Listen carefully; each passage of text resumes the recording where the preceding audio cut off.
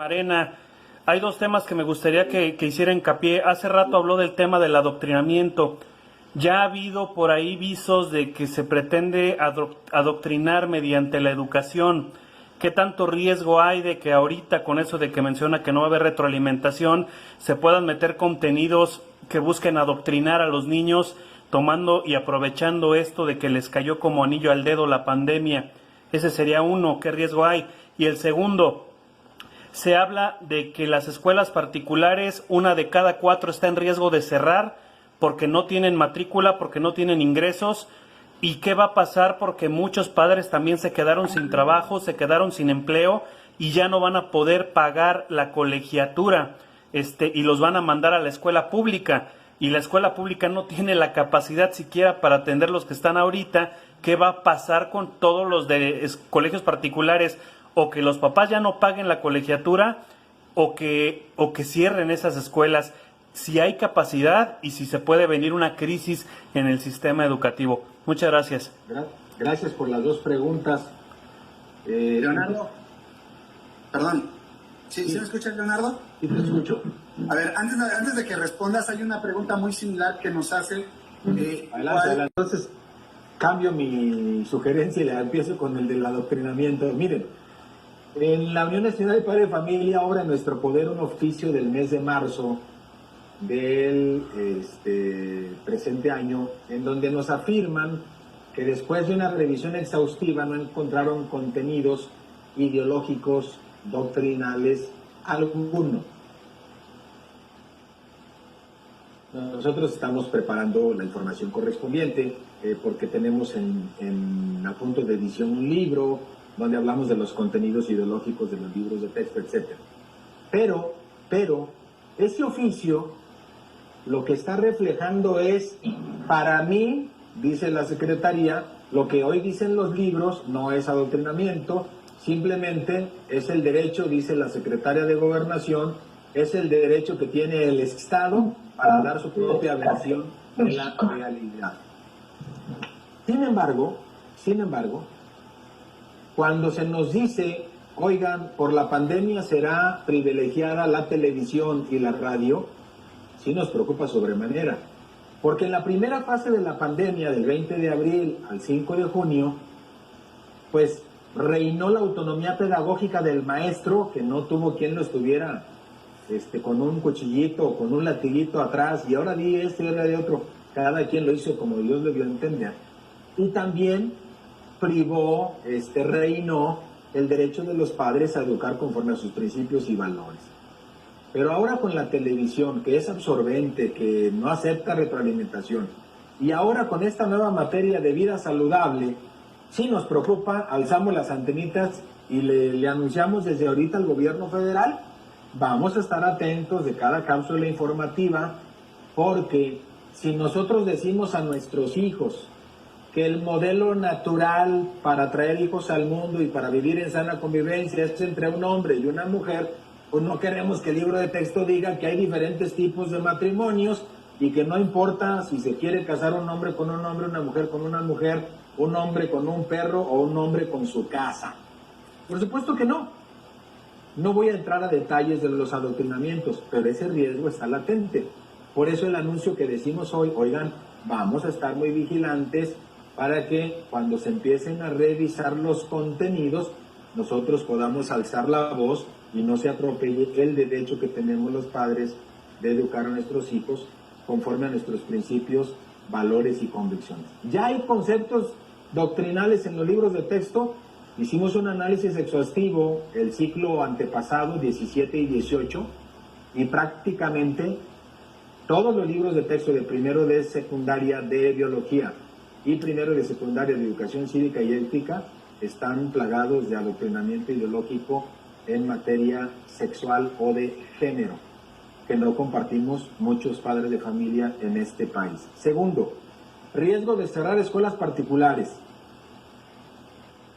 El manifiesto inicialmente era porque, como ya dice el boletín, querían que abriéramos hasta el 1 de octubre o que abrieran las escuelas. Eso ya quedó, vamos a abrir el 24 de agosto. Pero el riesgo de cerrar escuelas particulares sigue latente. ¿Por qué razón? porque las víctimas de la pandemia, las víctimas del desempleo, personas que han recibido menos ingresos, colegiaturas que se han caído en inscripciones, en unos casos del 10%, en otros hasta del 30%, 35%, pues presagia un escenario no sano. ¿Hay momento de decir de cuánto hoy? No. Nosotros creemos que es prudente esperarnos entre una semana antes del 24 de agosto y exactamente un mes después, 24 de septiembre, que es cuando más o menos se está cerrando el proceso de inscripción en lo que significaría preparatoria hacia arriba, y en el transcurso del año pues no hay problema, pero como se trata del nuevo ciclo, basta con un mes después de iniciado el ciclo para saber cómo les fue. ¿Qué se prevé?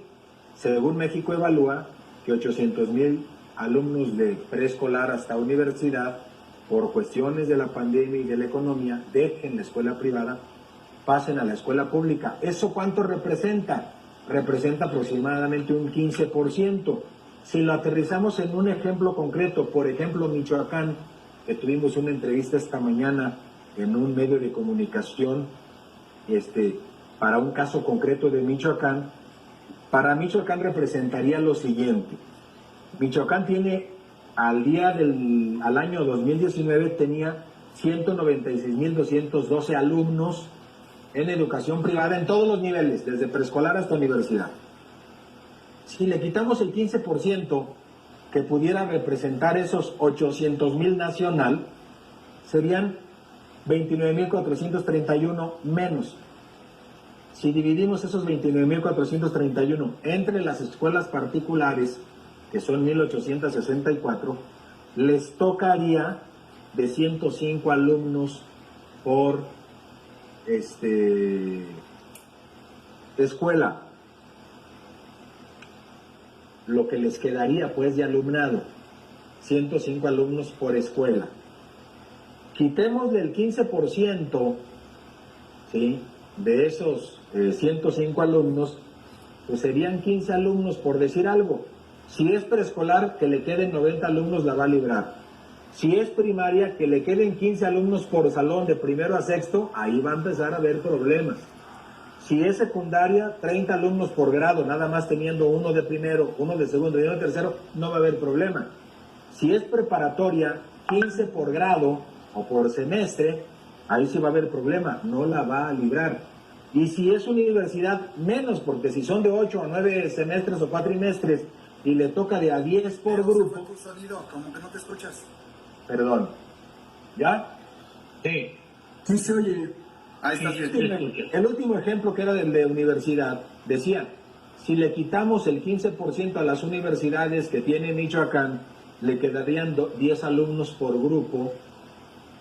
Pues con 10 alumnos no la libras, porque el pago del sueldo del maestro, la renta, la luz. En resumen, ¿qué le sugerimos al gobierno federal para evitar el boquete de 800,000 alumnos de escuelas particulares el próximo 24 de agosto, cuando ellos, como ya lo dijo el reportero en su propia pregunta, no tienen ni butacas, ni maestros, ni aulas, ni presupuesto para atenderlos? Pues está muy fácil. Es más barato que condonen, que descuenten o que aplacen pagos de papás y de escuelas a que tengan que desembolsar millones de pesos para poder atender esos 800,000. Dicho de otra manera, ¿por qué no repensar ya que cualquier gasto que haga un padre de familia sea deducible de impuestos? No importa que compre un lápiz, un borrador, pague una colegiatura, compre el uniforme, sin importar si es escuela pública o privada. Esa sería una buena manera de ayudarle a un padre de familia. ¿O por qué no pensar en la escuela? Pues que mientras dure la pandemia no pague ningún impuesto. Bueno, es que no puedo, un descuento. Es que no puedo, bueno, dale plazo, que no pague luz, agua, teléfono, que no pague el impuesto sobre la renta, que no pague, y se lo cobras cuando termine la pandemia. Créeme, gobierno federal, secretario Esteban Moctezuma, te va a salir 1000 veces más barato eso que tener que desembolsar millones de pesos para atender, suponiendo que ese sea el volumen, 800,000 alumnos que van a llegar a la escuela pública y que hoy por hoy el gobierno federal no tiene un quinto partido por la mitad para asignar presupuesto. Gracias.